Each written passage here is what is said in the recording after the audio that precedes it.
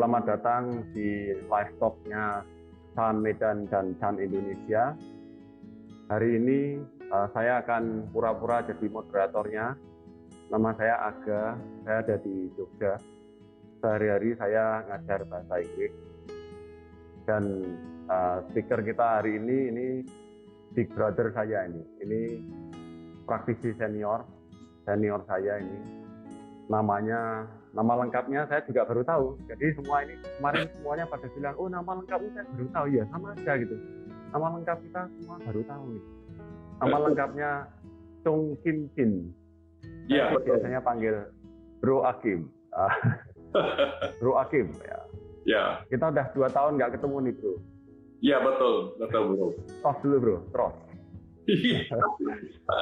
Oke, Bro Akim ini ada di Jakarta, pengusaha, praktisi senior, dan ini yang hebat nih, sudah dikonfirmasi kedalaman prakteknya oleh Go Jun Fase, guru kita. Go Jun Fase itu pewaris Dharma dari Master Cheng Yen. Oke, langsung aja bro, karena kita waktunya agak mepet. Ya. Oke. Apakah kita harus berbicara 1,5 kali lebih cepat nih bro? Enggak ya, kita relax aja ya. Ya. Oke, jadi ya oke. Kita lanjut aja. Efek samping meditasi terhadap kesehatan. Itu topik kita hari ini.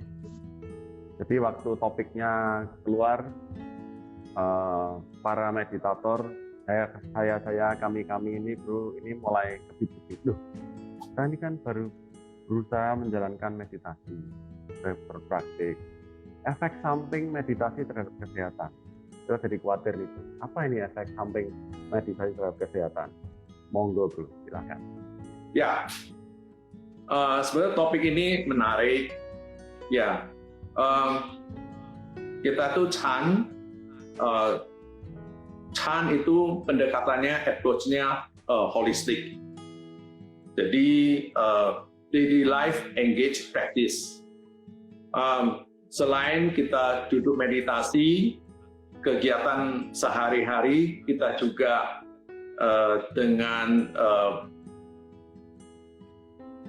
jelas menyadari, mengetahui, dan tidak lupa apa yang sedang kita lakukan. Itu kita lakukan itu lama-lama batin kita akan menjadi hening dan bening. Dan ya karena hening dan bening akan mempengaruhi limbic system kita. Limbic system adalah bagian otak. Di dalam otak itu ada amigdala, ada hippocampus, segala itu yang mempengaruhi emosi kita, persepsi kita, memori kita, tingkah laku kita, cara kita bereaksi. Kira-kira begitu, bro. Nah, itu dari situ limbic system akan mempengaruhi kita secara psikologis dan fisiologis. Contohnya, ya itu simpatetik, parasimpatetik sistem itu, autonomic nervous system namanya itu. Dan dari itu dia akan mempengaruhi detak jantung kita. Detak jantung kita, terus itu napas kita, dan ada berapa macam ARP kita. Ya. ARP bro. Ya. Oke, nanti Hakim hutang penjelasan loh ini. Ya. Ya, kira-kira begitu, bro. Oh, ada satu lagi, bro. Itu skin conductivity. Ya, itu yang menarik. Nanti kita bahas skin conductivity. Skin conductivity. Oke. Ya. Kira-kira begitu, bro. Oke, jadi kita kalau meditasi, tadi ada istilah yang bagus nih, hening dan bening. Jadi kita menjadi hening dan bening. Batin kita menjadi hening dan bening. Dan itu sangat berpengaruh terhadap otak kita. Ya, tadi ada beberapa istilah yang disebutkan seperti waktu saya belajar biologi SMP itu bro. Ya. Jadi itu semua Jadi secara saintifik mempengaruhi otak kita ya, Bro? Ya betul. Kemudian otak kita, ya kan, mempengaruhi seluruh tubuh kita, termasuk denyut jantung, tekanan darah. Tadi ada satu istilah HRV yang mungkin nanti perlu dijelaskan. Kemudian skin conductivity. Skin conductivity itu gimana, Bro? Mungkin pakai ini yang pertama skin dulu aja nih, karena pendengar kita banyak cewek-cewek yang peduli sama kesehatan wajah dan kulitnya nih, Bro. Ya betul. Saya rasa kaum hawa yang tertarik dengan isu skin conductivity ini. Jadi ini menarik. Cowok-cowok seusia kita itu pedulinya sama kesehatan jantung. Kalau cewek-cewek muda pedulinya sama kemulusan kulitnya. Jadi Ya, selain kita itu kesehatan jantung itu pasti ya. Dan skin conductivity ini menarik. Kalau kita stres, skin conductivity-nya naik. Kalau kita relax, skin conductivity-nya turun. Oke. Nah, efeknya? Nah, itu efeknya. Kenapa? Kalau orang stres, selalu stres, senantiasa stres, wajahnya jadi kusam, kulitnya jadi kusam. Jelek lah pokoknya, kalau pokoknya jelek lah. Jelek. Jadi kalau kita tuh relax, wajahnya jadi halus gitu loh, cerah, lustrous. Oke. Jadi cerita tuh dulu Chan Master di China itu mereka itu kulitnya bagus-bagus. Jadi walaupun udah tua tapi kulitnya masih kayak kulit bayi tuh, halus bagus. Nah, oke. Jadi manfaat meditasi itu luar biasa efeknya. Selain kesehatan, juga tampilannya bisa jadi bagus tuh. Oke. Kulitnya menarik. Sekarang buat yang paruh baya nih, Bro. Pria paruh baya itu kan jantung sekarang. Jantung apa? Efeknya apa terhadap jantung, Bro? Halo, suaranya terputus. Halo? Oh sorry, oke. Efeknya sekarang terhadap jantung apa, Bro? Ya. Jantung. Terhadap jantung. Jantung itu, detak jantung kita tuh, kalau kita itu tenang, detak jantung kita kan lebih lambat. Lebih lambat. Nah, kalau lambat kan kerjanya nggak begitu berat. Ya kan? Nah, kalau misalnya kita berdebar-debar terus, jantungnya dipaksa kerja keras, ya lama-lama jantungnya juga kelelahan. Oke. Jadi akan timbul masalah nanti. Jadi kalau kita melihat ada masalah bahaya misalnya, itu jantung kita berdetak lebih cepat. Iya. Ya kan? Ya. Sebenarnya itu normal ya, normal. Kalau kita lihat masalah, memang masalahnya apalagi fisik gitu ya, misalnya ada kebakaran atau ada mobil mau nyerempet kita memang harus bergerak cepat. Jadi denyut jantung kita memang harus berdenyut lebih cepat gitu kan? Ya. Jadi jadi kita itu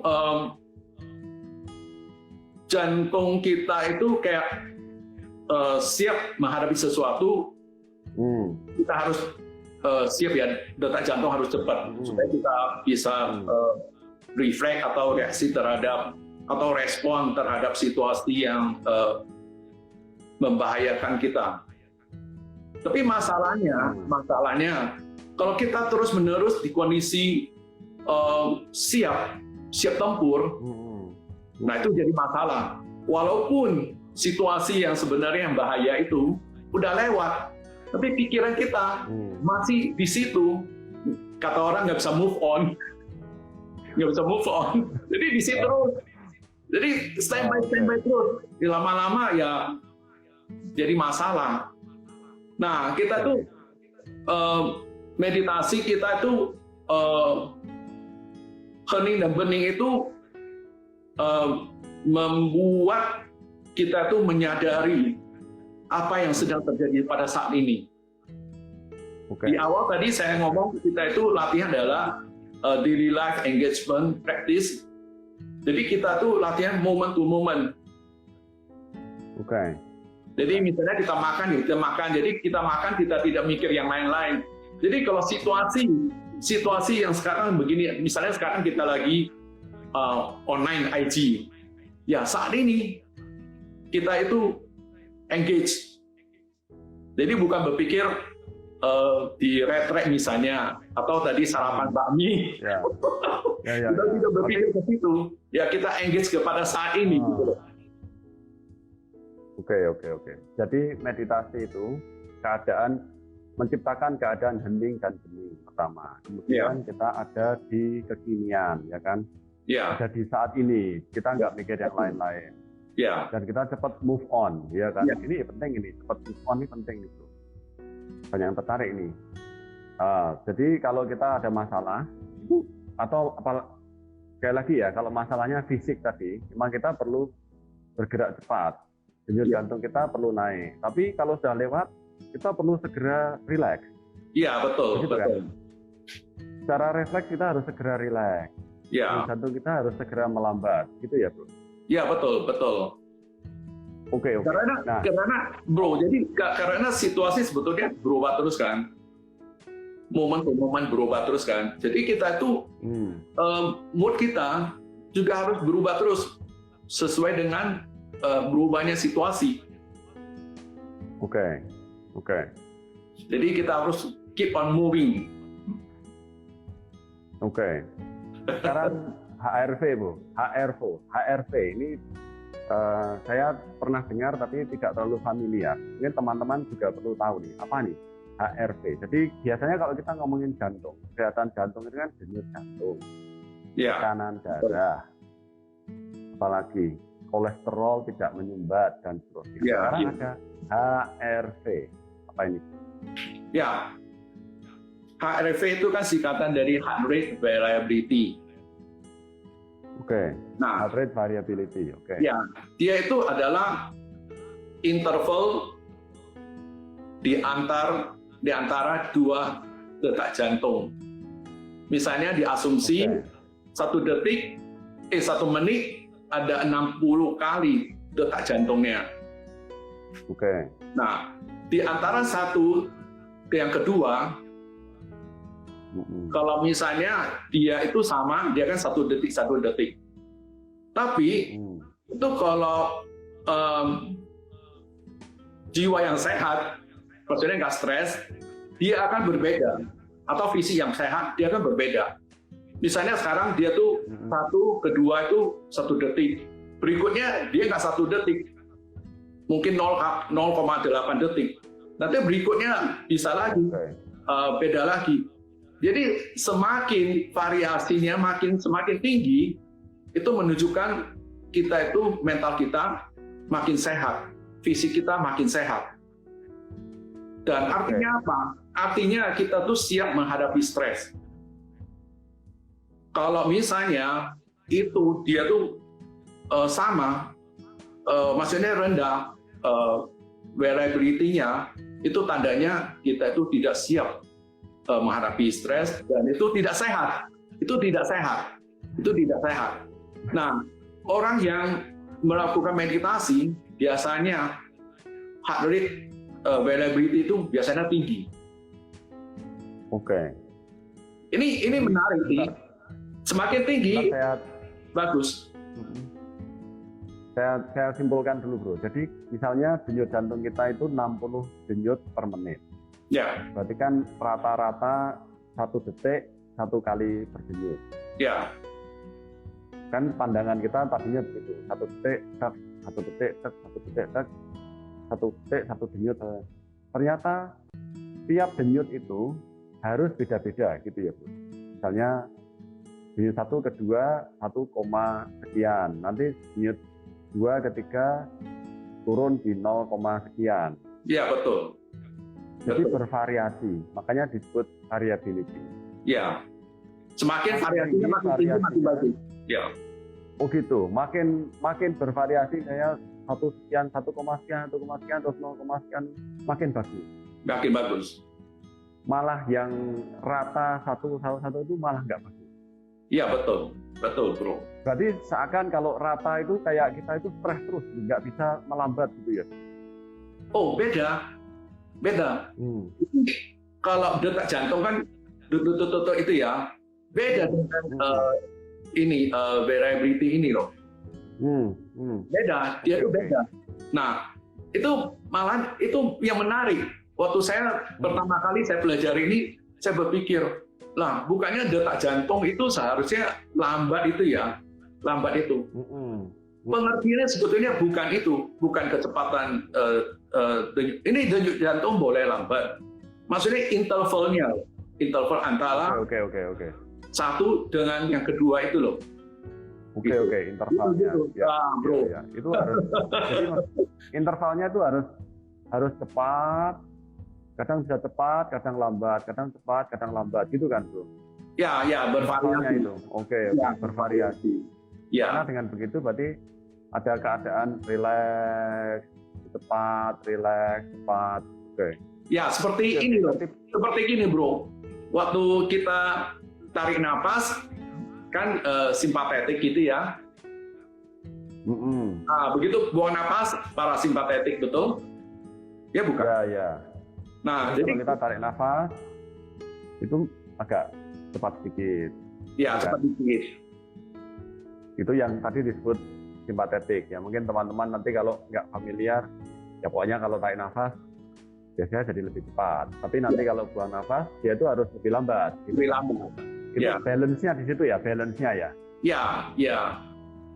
Kalau nggak bisa lebih lambat, berarti nggak balance gitu kan.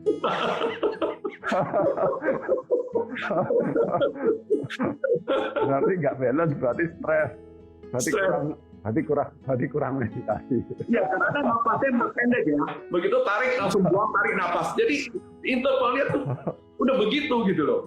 Jadi variasinya nggak ada. Kalau misalnya kita relax, kita bisa tarik, bisa buangnya panjang. Ya kan? Oke. Nah, kalau kita stres, langsung begitu masuk langsung keluar, masuk keluar. Jadi bola-balik itu loh. Masuk keluar, masuk keluar, masuk keluar. Jadi itu intervalnya jadi makin mengkecil. Variasinya makin mengkecil. Variabelnya makin kecil. Ya. Oke. Wah, menarik. Oke, jadi efek samping meditasi terhadap kesehatan. Jadi kita bisa hening dan bening. Kemudian semua refleks kita yang tadi cepat, lambat, gas, rem, itu semuanya balance. Ya, betul. Skin kita menjadi lebih, kulit kita jadi lebih halus. Ya. Orang stres itu tadi wajahnya jelek. Jadi kusam, wajahnya kusam. Jadi kulitnya karena kusam ya. Nah, terus kalau kita stres, kita bisa secara fisik ada perubahan di fisik kita ya. Yang paling jelas itu ya, kita bisa merasakan sendiri. Kita cek apakah kita itu stres. Biasanya kalau kita stres, mulut kita kering. Oh, oke. Itu yang paling mudah diamati. Wah, stres itu. Mulutnya kering. Nah, sekarang Bro Aga minum bukan karena stres, tapi karena ngomong. Itu beda. Beda ya? Oke, kalau mulut kita kering. Ada satu lagi. Stres juga bisa membuat konstipasi. Oke, nggak bisa pup. Iya, bisa membuat konstipasi. Jadi kadang-kadang itu konstipasi bukan karena kita konstipasi berarti banyak faktor ya. Salah satu kurang serat, kurang air. Tapi ada satu faktor lagi, stres. Karena stres membuat istilahnya bowel motility kita menurun. Bowel motility kita menurun. Pencernaan ya. Ya, jadi pencernaan kita menurun.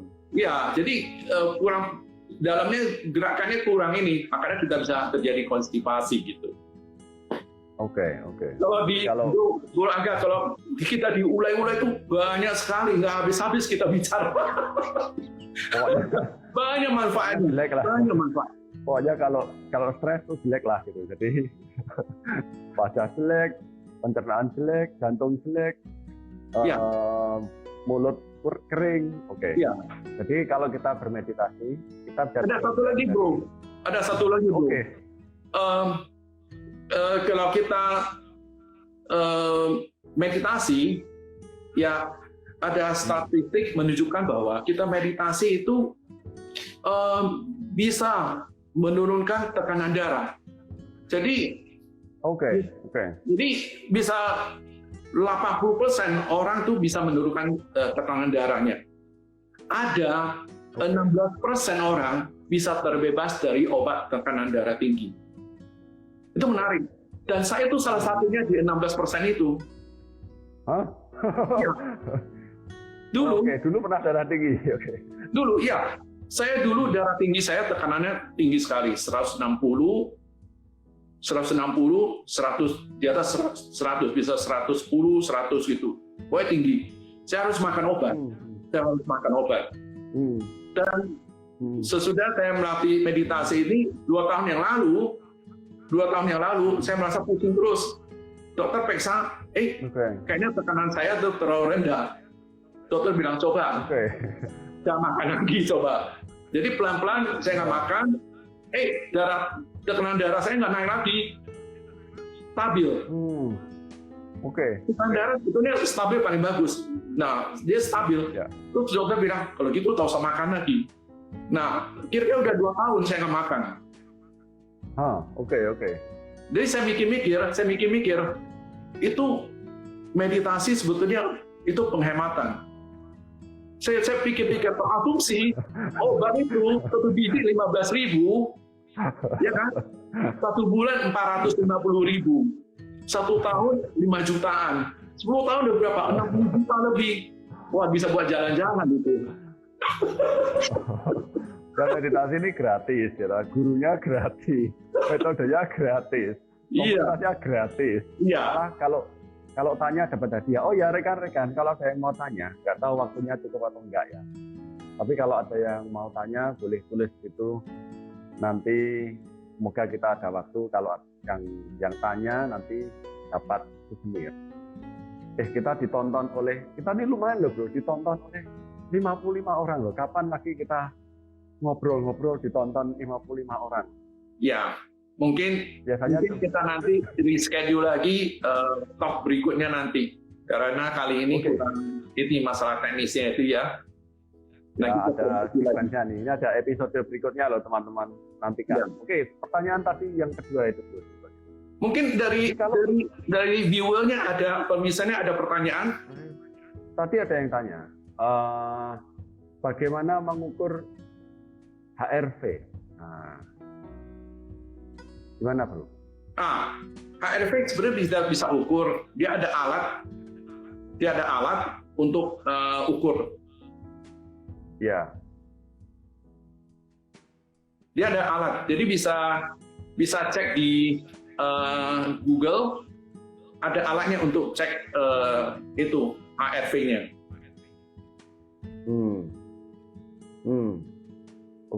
Aplikasi toh, bro, maksudnya dari Android ini kan? Ya betul. Dia ada alat, terus ada aplikasi untuk cek HRV-nya. Oke.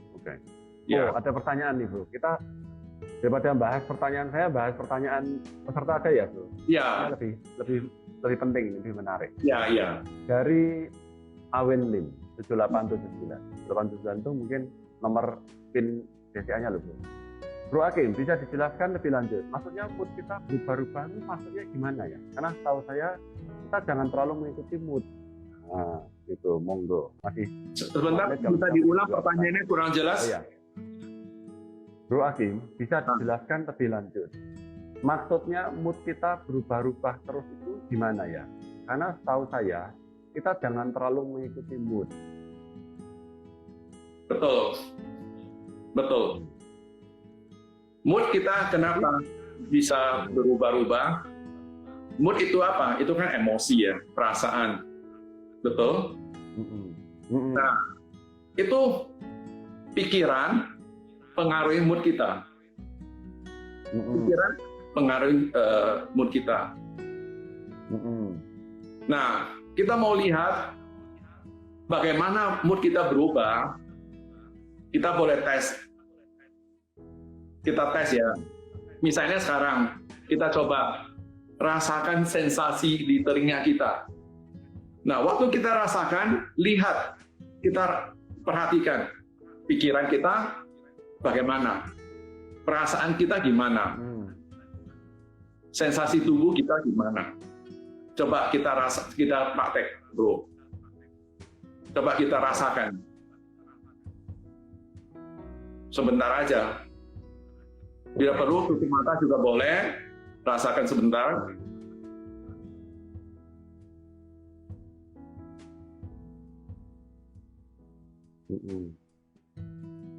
Oke? Nah, waktu kita rasakan ini, apa yang terjadi? Pikiran kita bekerja terus dong. Aduh, saya nggak bisa rasakan, atau begini, begitu. Terus perasaan kita gimana? Kalau kita tidak merasakan apa? Mungkin bisa terjadi gelisah. Kegelisahan. Betul? Kita makin gelisah, pikiran tambah gelisah lagi. Betul? Betul? Nah, coba sekarang kita pegang telinga kita. Kita rasakan telinga kita. Boleh tutup mata.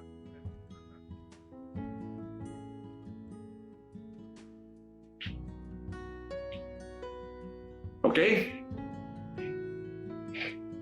Ya. Oke? Nah, begitu kita pegang telinga, kita kan bisa rasakan dong. Bisa rasakan. Lebih jelas daripada yang kita tidak pegang. Karena kita bisa jelas, pikiran kita mana? Pikiran kita karena merasakan sensasi telinga kita ini, pikiran kita berkurang. Terus perasaan kita gimana? Juga tidak begitu bergejolak, lebih tenang. Betul? Betul? Ya. Nah, oleh karena itu, kenapa kita harus latihan meditasi, latihan mindfulness? Tujuannya supaya pikiran kita tidak melayang kemana-mana, tidak bikin perasaan bergejolak, mood kita itu lebih stabil, tidak berubah-ubah terus. Kira-kira begitu apa menangkap maksudnya penjelasan saya tuh? Sebetulnya kita itu ya, sebenarnya kita tuh di tiga aja, pikiran, perasaan kita, sensasi tubuh kita. Itu tiga serangkaian itu, saling mempengaruhi gitu, saling mempengaruhi kita. Ya. Ya kan? Maka kenapa kita mau meditasi? Kita meditasi supaya kita bisa anchor, kita bisa jangkarkan kesadaran kita di sensasi tubuh. Begitu bisa jangkar, pikiran kita tuh pikiran kita ada di sensasi, berarti pikirannya tidak begitu sibuk bekerja, otomatis tidak mempengaruhi perasaan kita. Jadi mood kita juga lebih stabil. Tidak naik turun. Kalau kita tuh ya, kalau kita tidak bisa anchor, mood kita, perasaan kita kayak roller coaster, belum naik ke bawah, naik turun. Sepanjang hari itu, bayangkan. Jadi mood kita itu berubah-ubah. Tadi kan Bro Hakim jelaskan pertama, mood kita itu memang berubah-ubah, tapi dengan meditasi kita itu tenang, hening. Jadi mood kita tidak lagi seperti roller coaster, itu kan? Betul. Penjelasannya. Oh, ini. Thank you Bro Hakim penjelasannya. Oh, berarti sudah puas, Bro. Wah, bagus. Dan waktu kita habis, Bro. Waktu kita habis ini jam 10. Jadi mungkin pesan-kesan terakhirnya Bro Hakim sebelum saya end meeting-nya ini. Ya, pertama kali merasa tidak enak tuh karena ada kendala teknis. Jadi kita itu mundur. Jadi acara kita jadi pendek, cuma sekian menit. Saya harap walaupun sekian menit pembicaraan kita itu bisa bermanfaat untuk kita semua. Kita bisa memetik manfaat dari ngobrolan ini. Dan pesan saya tuh, saya harap teman-teman terus melakukan latihan meditasi, mindfulness. Ya, itu manfaatnya luar biasa untuk kesehatan kita secara fisiologis maupun fisiologis. Begitu, bro. Thank you banget, bro. Oke, buat rekan-rekan kita minta maaf karena tadi kita mulainya terlambat. Jadi kita punya waktu cuma setengah jam kurang, tapi bayangkan kalau setengah jam kurang aja tadi kita dapat ilmu banyak. Besok lagi di episode kedua ya bro, pasti ada ya, 2 atau 3 begitu. Dengan topik-topik yang lebih mendalam, ilmu kita pasti lebih banyak dari Bro Agim. Thank you ya bro. Buat teman-teman yang tertarik meditasi dan masih ingin belajar lagi, bisa kontak IG Chan Medan dan Chan Indonesia. Di situ kita bisa berlatih bareng komunitas, jadi lebih safe, lebih terarah. Dan tadi ada yang quote bro, wah ini quote-nya adalah meditasi berarti penghematan, karena semuanya gratis. Oke teman-teman, terima kasih. Sampai jumpa lagi di talk show bersama Chan Medan dan Chan Indonesia berikutnya.